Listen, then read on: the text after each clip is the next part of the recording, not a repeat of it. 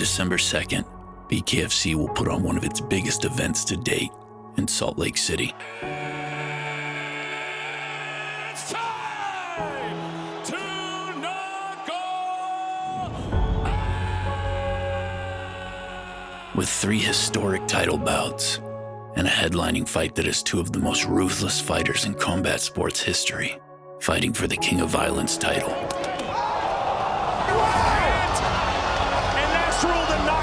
December 2nd is sure to make shockwaves around the world. A man who is loved as much as he is feared, Platinum Mike Perry has shown time and time again that he has the skills and the physicality to finish any fighter standing across from him. I'm free in there and I let myself be exactly who I am, man, a wild animal. Former UFC champion, the Underground King, Eddie Alvarez, has bad intentions on his mind ahead of his main event fight. Never one to shy away from a war, Alvarez looks to try and break Perry. This is for dogs, and this is what people want to see. With championship gold on the line, heavy-hitting Christine Misfit Ferea will face a former foe, Bec Rawlings, in what is sure to be the fight of the night contender. Ferea has her sights set on making her 3rd straight title defense and proving she's head and shoulders above the rest of the women's flyweight division. Guess what? You're in my house now, guys. After a controversial doctor's stoppage, Dr. Muzi stops this fight! Rowdy Bec Rawlings wants to make a statement on her quest for a world title and even the score with a longtime rival. Stewart, the newly crowned BKFC featherweight champ, is looking to keep his belt and continue his impressive win streak. Here we go, we're fucking world champion! An undeniable star, Stewart's confidence is unshakable. One of the hottest prospects in the game today, Howard Davis finally gets his crack at becoming a world champion. I'm like a viper, man. When I strike, it's fast, it's nasty. Sometimes you don't even see it. With vicious knockout power. Big right hand! On the delay, and down goes Josh Wright. Davis looks to derail the hype train. Saturday, December 2nd, the world will witness the biggest BKFC event to date. This is Road to BKFC 56, Perry versus Alvarez.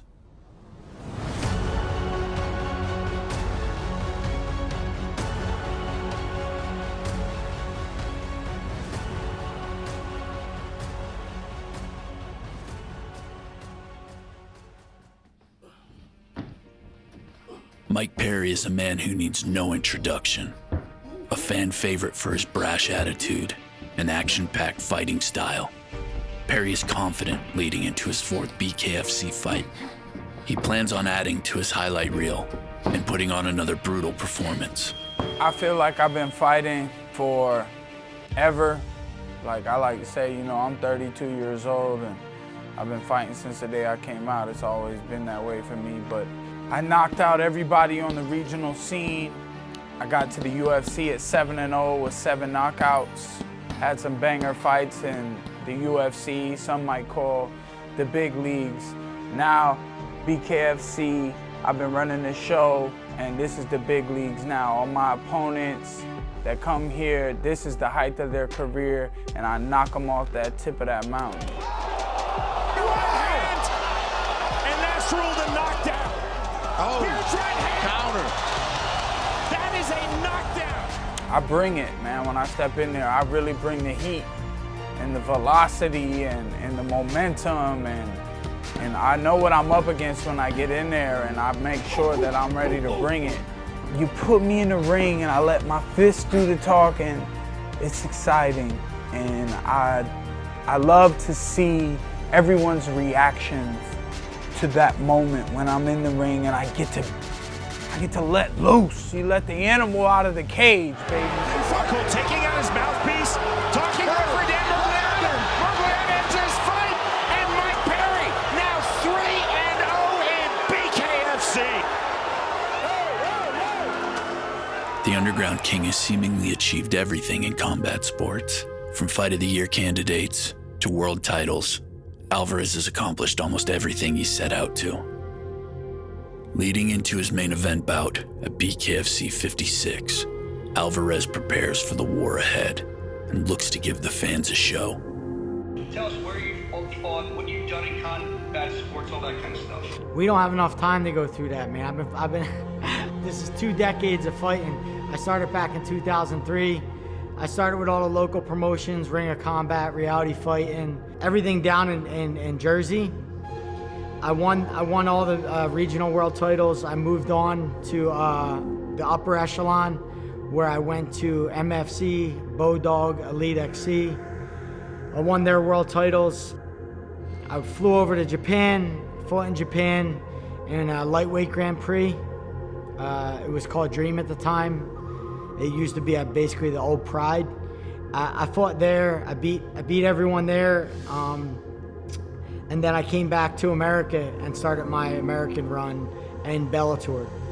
I won the Bellator world title, lost it, won it back. Then I went to the UFC and I won that world title. I left the UFC, I did another stint in Asia, left Asia, I'm back in America, and I'm at Bare Knuckle, the best fighting promotion in America today. The one, the only, the Underground King, Eddie Alvarez.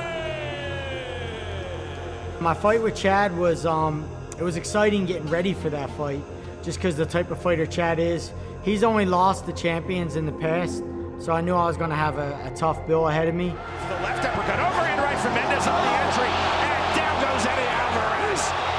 I learned from it, and I think I can make some adjustments later on that'll make it an even better performance my second time out. On a straight left hand, Mendes covering up. Big shots out from Alvarez, and down goes Chad Mendes. Eddie Alvarez is a great fight for me. One, because he's been a champion in 3 different top organizations in combat sports. He's been around for years. It's a little bit of a dream fight. I seen Eddie Alvarez was like the first guy I ever saw fight on Bodog in my living room in Flint, Michigan, and my dad was like watching this TV, and I'm like, what is this, dude? It's like the first fighting I ever saw. And it was Eddie Alvarez, man, getting knocked down and getting back up. He's a tough guy as far as heart. And because people know that Eddie's so tough and that he gets up from hits like that and he comes back and he brings it, you know, I really look forward to showcasing my skills and shutting him down and putting him under that platinum pressure. I just feel like he won't be able to last with me. I think I'm gonna take him to school. Easy work, easy money. You know, it didn't matter who they called and offered to me. I was gonna say yes, because my money's already there. So, you know, this is the fight that the fans and the people want, the organization wants, and I'm happy to give it to him. His kind of style, like, although I'd say that this style is made for Mike Perry, this is my style first and foremost, and there can only be one most violent, and you're looking at him. So, like, I give Mike his props, I respect him, he does a great job, but there's only one baddest motherfucker in here, and I think we have to hash this out regardless. This fight has to happen. It needs to be found out, and I've done this before with other really violent fighters who everybody thought was the most violent and the scariest guy there is, and I know what I've done with them in the past. I know what I'm capable of. When it comes to measured, calculated violence, I'm the best at it. Mike Perry's good, but he's not the best. He won't be that clean. I'm gonna hurt him. I'm gonna beat him up bad, and I don't feel any pain, so bring it on, motherfucker. I am the end of all violence. I am the extinguisher of chaos. I am the king of violence. Underground King, Eddie Alvarez. If you step in the ring to face me, Eddie Alvarez, I'm taking the crown and you're going home empty-handed. I'm knocking you out.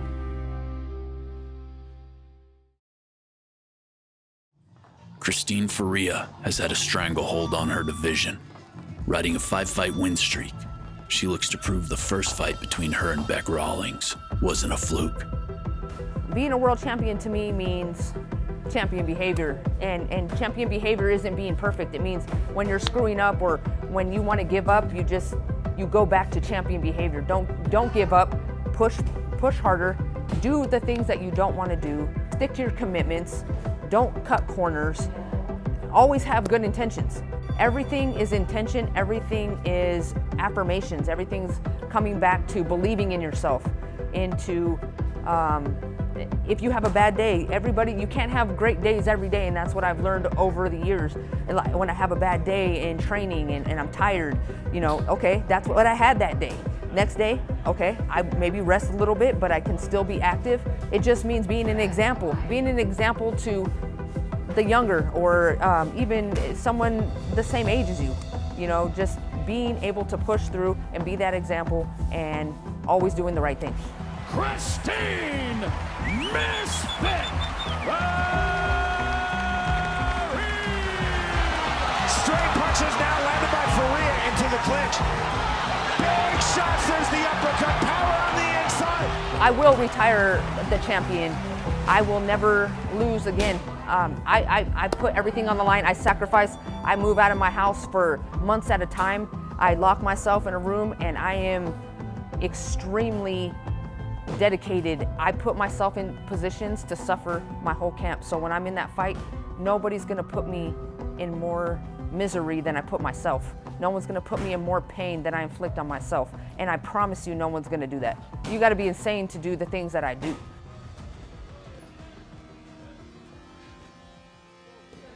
Australian native Rowdy Bec Rawlings not only looks to avenge her most recent loss, but also to recapture former gold. Rawlings aims to shock the world on December 2nd. My last fight with Christine, it was heating up to be a good fight. The first round I feel like you could have given it could have went to either one of us. We were just kind of warming up into the fight and I got cut. So round 2, I came out balls to the walls. My coach told me I had to go out there and finish her because we knew the doctor was looking at stopping the fight. So yeah, I really, put the foot on the pedal and went for it in round 2. And that's where I had my most success in the fight. Unfortunately, the doctor decided to call the fight. I was disappointed. I think the first thing I said to the doctor was fuck off. And then the second thing was I'm sorry to Christine because I know that we were just getting into it, and I know myself, if I was the champion and I was to, win or retain a belt via that kind of stoppage, I'd be disappointed. We sign a contract and are willing to go out there and put it all on the line, and I have never turned down a fight in my whole fight career, and you can see that by my fight record with the UFC. I have never turned down a fight, so no, Christine, I have not been running from you. Maybe you need to talk to your people because they haven't been offering you. The moment they offered you as a fight, I took it. Here we are again for the rematch. Offered the fight, I took it. She's a pillow princess, bro. I'm carrying this. I'm carrying this whole fight. I've carried all this fight. I want to market this fight. I want beef. I want bad blood. This is a fight. I'm not going in there trying to be friends with you. After, of course, we've seen after the last fight, I'm cool. I'm cool with all my opponents after. But before, I promise you, I'm not cool with you. I don't care. Right now, I do not like you. Right now, you're trying to take everything I work for. I help, not even help. I've been with this company since day 2. I'll say BKFC 2, day 2. And I'm here to build the brand. I'm here to build myself and everybody around me and everybody that helps me, everybody in the company. We're here to build each other and the women. You can't just sit back and just think, oh, I'm a ex-UFC fighter. I expect just people to watch me and get these opportunities. I'm giving her another opportunity. Once she gets hit with my power, it's over, it's curtain. She didn't get hit flush. She did not get hit, and I promise you I'm flying off that line and she's gonna have pressure for 5 rounds, and I got the cardio for it. Ferea definitely turning up the pressure now. Huge shots, spinning Britain hard. I feel like if she's considering her last fight with me a win, then that's pretty pathetic. She may think that I haven't won a fight in 2019, but I was traveling the world fighting in another discipline. Just because she's stuck at bare knuckle doesn't mean I have been doing nothing. So I have won an MMA fight on the world stage. So yeah, get your facts straight, Christine.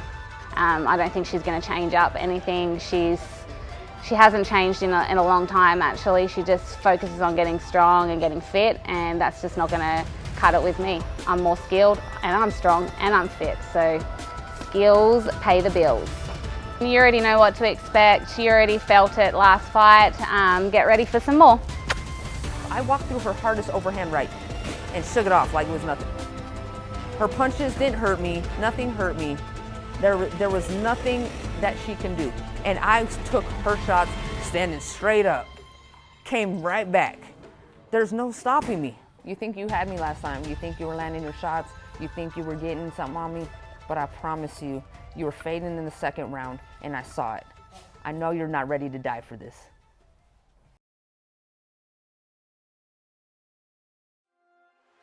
With a stacked card, two of the most promising stars in the company clash, with the weight of the world title in the balance, as featherweight champion Kai Stewart looks to make his first successful title defense against heavy-handed Howard Davis.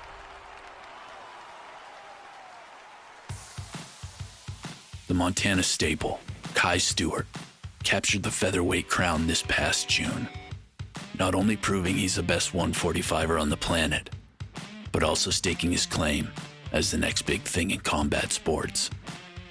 Beating Louis, I mean, that was just a notch on the belt. We kind of figured we were going to win, but you know what? I took it home. It feels great, and you know, we just got to keep those wheels turning. We're never satisfied around here, so we're on to the next best thing.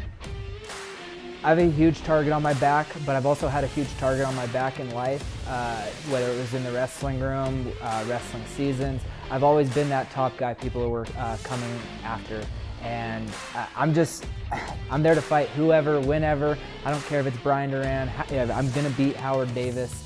I'm ready to go. These guys have no idea the animal that they're dealing with. They've all been kind of spoon-fed their opponents, and you know, I'm ready to take them out one by one by one. I've trained my ass off. My boxing has gotten a lot better, but nothing's gonna take that wrestler out of me. Nobody's gonna take that pressure. Nobody's gonna be able to handle what I do to them because of my background. Everybody thinks that it's bare knuckle boxing. It's bare knuckle fighting championship, and I think wrestlers are here to stay and conquer and take over. Along the Florida coastline lies one of the most promising stars in the company. On a 3-fight win streak, all of which coming by finish, Howard Davis plans on shutting down the hype of Kai Stewart and cementing himself as the future of the sport. I think the fans are excited for this fight, honestly, because the build-up, before he was champion, before he was #1 ranked, he was calling me out for so long, always had my name in his mouth, and then he got the belt and, you know, turned tail. So now, like I said, I'm the lion, I'm on the hunt. People see that I got everything to be the champ. I should be the champ, but you know, unfortunate circumstances happen in life, and you know, we keep going. So now it's my time, and when December 2nd comes, I'm gonna grab that belt.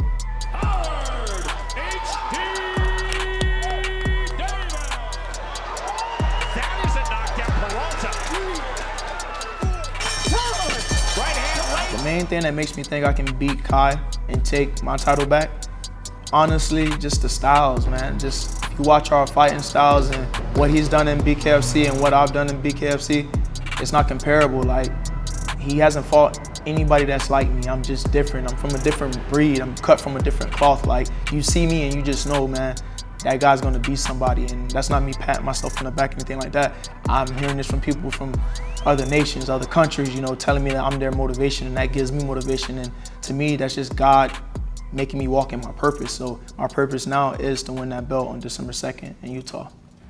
HD is a typical boxer, you know. He's tall, he's long, he's gonna try to sit on his back foot, but you know, I'm expecting anything because I do think that he's scared of me. I do think that he's intimidated by me, and I think that he's gonna try to switch up his style, but he's gonna find himself going back to the old HD, and the old HD hates pressure, and I'm the pressure king. The fans should be excited for this fight because in reality, me and HD should have fought a long time ago. At one point, he was #1, I was #2. That would have been a showdown. He lost to Louis, but you know, now it's back, Kai Stewart versus Howard Davis, and they're excited because I think this is a pivotal fight in the 145 division, and winner is really that true king of this division. that grabbing shit, the pressure that he think he's gonna do. Like, before you come in and you can even touch me, you're gonna catch at least 10 or 15. And between those 10 to 15, you're going down by the second one. So his game plan that he was talking about on BKFC, you know, the report that he did for him it's laughable to me. I'm like a viper, man. When I strike, it's fast, it's nasty. Sometimes you don't even see it. So December 2nd come, don't blink. To represent BKFC as a world champion would be a dream come true. When I first started this journey, I never had no plans of becoming a champion. I just want to take care of my family, you know. But winning brought me to this stage, and I'm just so thankful to have the opportunity to fight for BKFC, you know, to fight for my fans, to fight for my family, and just continue succeeding in life. You know, as I said, God made me find this purpose. I've been fighting all my life, whether it be pre-K, kindergarten, in the street, out of the street, in the boxing gym, outside of the boxing gym. I just been fighting, man. I've been fighting things that people fight every day, like depression, suicidal thoughts, and just, I'm a fighter of life. So the fact that this has brought me to this stage to fight for a belt, man, like I said, it's words can't describe, man. I'm just truly thankful, and I'm gonna show everybody how thankful I am December 2nd. I know I can beat HD and retain my title just because I want it more. I'm down here doing what other people won't do. The things I put myself through in training just is not matched in my division. And Howard's never faced a true tough college level wrestler. And I'm just gonna take a dog to him, I'm gonna pressure him, and I'm going to remain undefeated. To be a top wrestler in this country, it's hard, so yeah, it probably helped him with grit, but you know, my grit different, man. I come from the streets. You don't get no grit like that. That's a different level of grit, so he'll see where his wrestling get him and where my street knowledge gets me. If I see him, I just smell blood. That's what he is, he's food to me. So I'm hungry, man. I'm out here trying to feed my family, so he's next on the plate. That's what I gotta do. Kai's gonna be old news soon. It's gonna be my time, and only thing people are gonna be talking about is me, so I'm not worried about if he's deserving or not, because I know I'm deserving. I'm absolutely not intimidated by HD. Me and my coach have honestly been planning on him because he was #1 ranked until he lost to Louis. And I think that loss and how he's carried himself really shows who HD is. And I do think that he's intimidated by a lot of people. That's why he has a lot to say. But, you know, I'm just here to let my fighting do the talking. And December 2nd, we're going to really see a different animal come out, and I'm going to put HD on his ass. There's going to be violence. Clearly, it's BKFC, but it's going to end whenever I choose it ends. And you know, I might play with him for 5 rounds. Who knows? HD, I'm a shark in the water. I'm coming to drown you. You do not deserve this belt. I'm going to retain it. Good luck, man.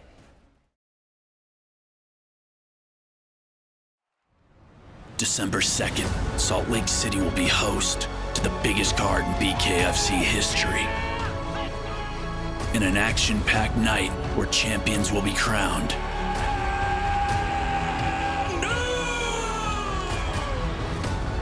And a new king of violence will emerge. I'm the best bare knuckle boxer on the planet, period, and I don't care what anybody else has to say about it. The proof is in the pudding. He's the guy who's getting it done. He's the one everyone's talking about. And I'm not here for a long time. I'm here for a good time. So, like, I want Mike Perry. So short, bro. I'm so good at this boxing shit. I swear I'm so good. You don't stand a chance.